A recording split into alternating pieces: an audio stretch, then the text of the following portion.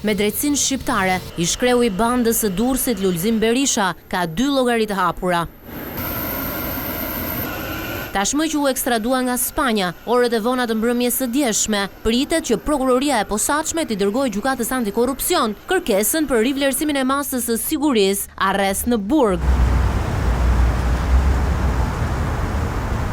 Masa ndaj tij është vendosur për vrasjen e biznesmenit Klodian Saliu, pas rrëfimeve të penduarit të drejtësisë Luftar Reçi.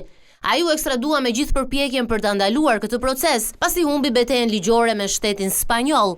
Lulzim Berishës tashmë do t'i duhet përballet me akuzën e vrasjes si grupi strukturuar kriminal ndaj armikut të tij të dikurshëm Klodian Saliu, ngjarje kjo e ndodhur në 2005 në autostradën Tiranë-Durrës. Për këtë arsye, shteti shqiptar e shpalli atë në kërkim në vitin 2020, ndërsa për mungesë provash i rrëzoi akuzën për vrasjen e biznesmenit tjetër, Vajdin Lame, krime këto që kanë ndodhur në një hark të ngushtë kohor nga njëra tjetra. Dosja tjetër për të cilën drejtësia e ka kërkuar Lul Berishën lidhet me shlyerjen e një dënimi, të cilin ai e uli nga të përjetshëm në 25 vjet. Mirëpo, gjykata e apelit të Durrësit i fali atij 5 vjet, gjë që i dha atij liri në 2014. Mirëpo, gjykata e lartë nga ana tjetër prishi vendimin ndaj shkreut të bandës së Durrësit, e atij do t'i duhet të vuajë vitet e falura nga shkalla e dytë.